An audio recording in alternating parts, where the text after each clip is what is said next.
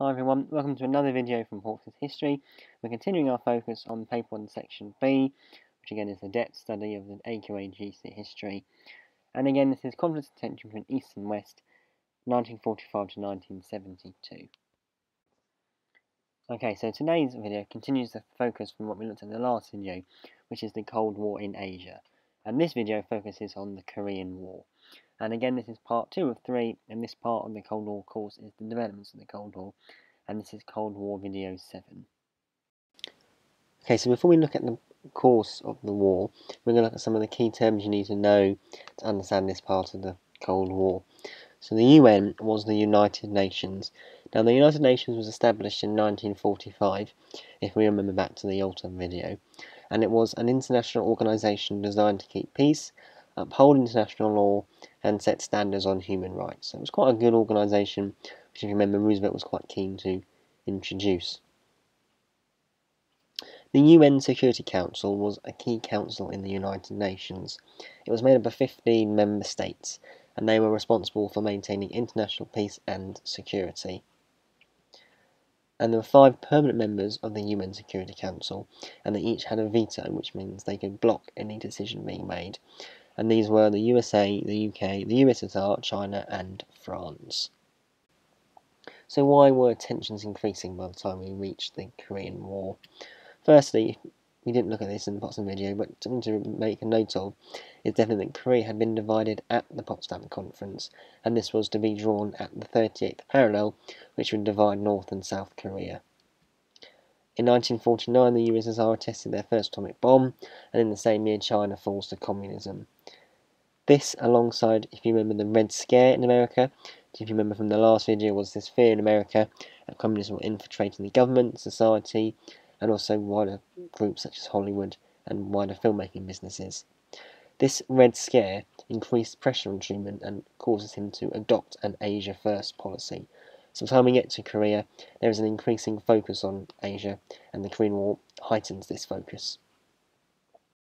So what was NSC 68? Now you don't need to know this in extreme detail, so I made a couple of brief notes for you, but it is important you understand what it was at a fundamental basic level in order to understand why the Korean War had an impact on US policy.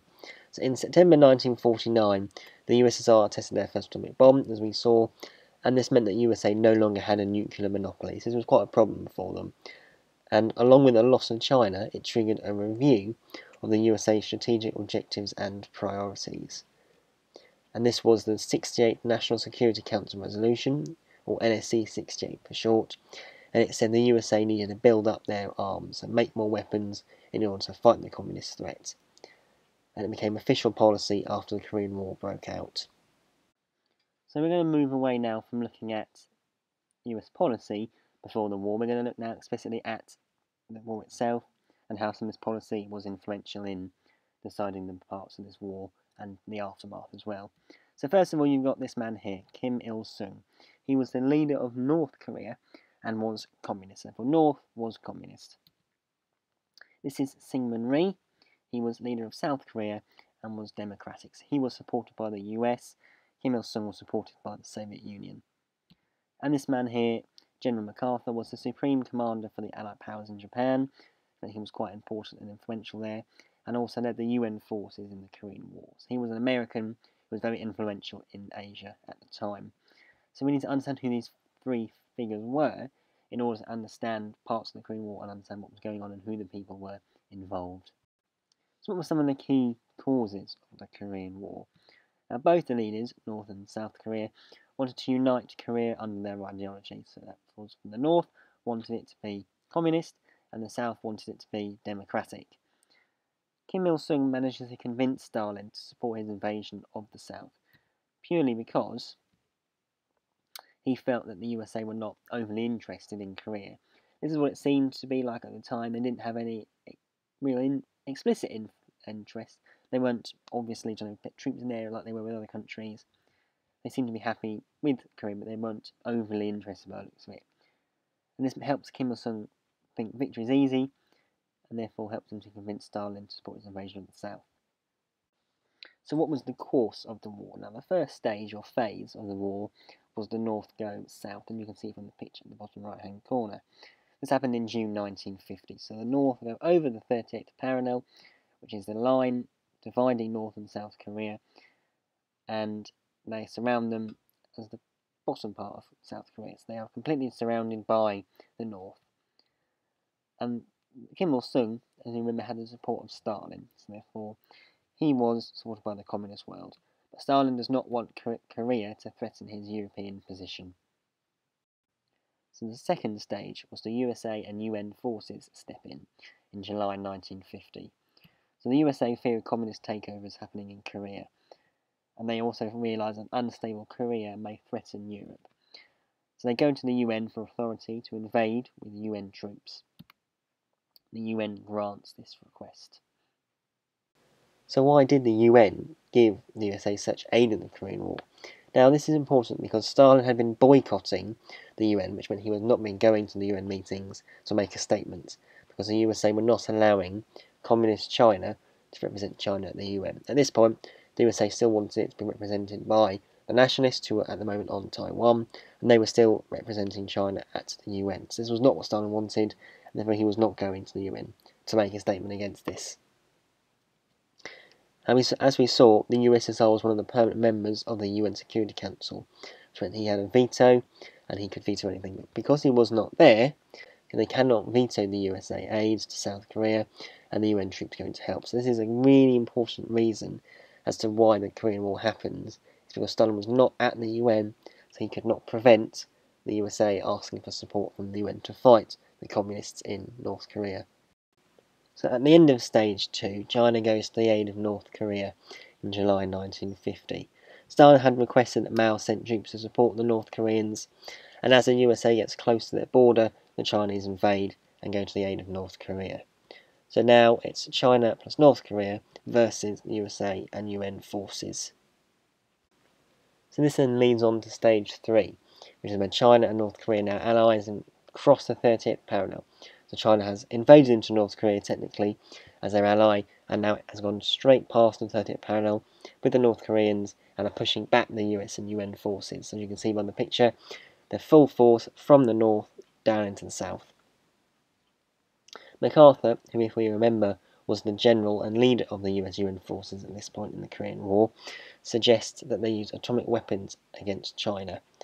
Now, I remember, even though NSC 68 suggested a building of weapons, you would think at this point, therefore, in the US policy, that atomic power wasn't they were quite keen to use. However, Truman does not really want to use atomic weapons, and therefore, this decision by MacArthur leads to MacArthur being sacked by Truman.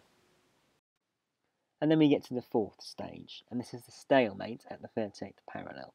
And the fighting continues here from June 1951 until the armistice is signed in 1953. So quite a long time of fighting continues at this place. The South and UN pushed the North back to the 38th parallel.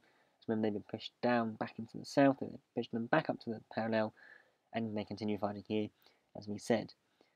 And they continue to the ceasefire. The ceasefire is signed in July 1953 at Panmunjom in Korea. So therefore, we can see, and as a result of this, we can see this division of Korea becoming permanent, and this division still exists today. So what were the key consequences, both positive and negative, of the Korean War? The USA lost the war. For them, this was something very humiliating. Korea stays divided. Now, you can argue this was both a success and a failure for containment.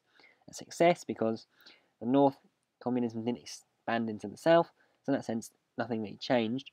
It was a failure because they hadn't been able to contain communism from going to all of Korea, so therefore they wanted to ideally push it out. Unfortunately, it was staying as it was. So you can say this was a success and a failure. A failure because nothing changed, but a success also because nothing changed. A positive one for the Chinese was they turned up to the USA, and therefore they really launched themselves onto the global stage. And the USA saw security of Taiwan and also Japan guaranteed.